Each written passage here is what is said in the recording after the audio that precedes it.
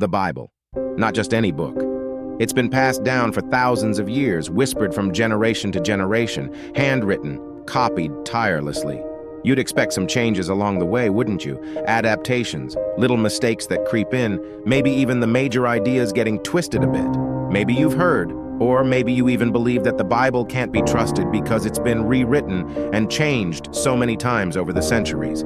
That's the claim many people make, and yes, that's the norm for many ancient texts we know. But the Old Testament, the first part of the Bible, it's different.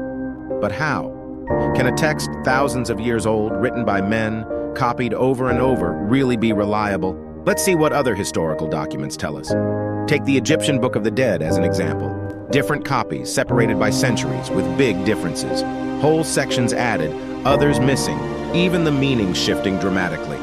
The same is found with Homer's Iliad and the Odyssey, the Gilgamesh epic, an ancient Mesopotamian literary work, even the Mahabharata, an ancient Indian epic. They all feature diverse manuscripts with numerous losses and variations.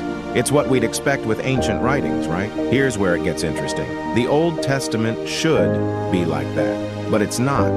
Picture this. In 1947, a young Bedouin shepherd boy named Muhammad discovers a collection of ancient scrolls found hidden in a desert cave.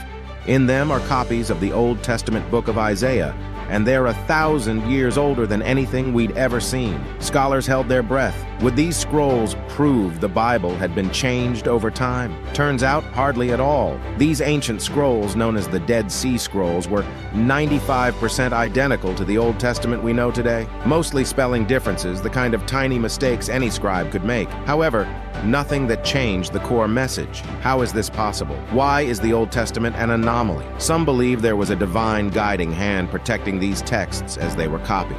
Others would say it's incredible luck, or maybe the scribes were just exceptionally careful. One thing is for sure, the fact that the Old Testament was transmitted with such accuracy through so many centuries is an unprecedented literary phenomenon. Sir Frederick Kenyon, a Greek manuscript scholar who worked at the British Museum, said this: "The Christian can take the whole Bible in his hand and say without fear or hesitation that he holds in it the true word of God, faithfully handed down from generation to generation throughout the centuries." What's your thoughts on the reliability of the Old Testament? Leave your comments below and subscribe for more divine insights.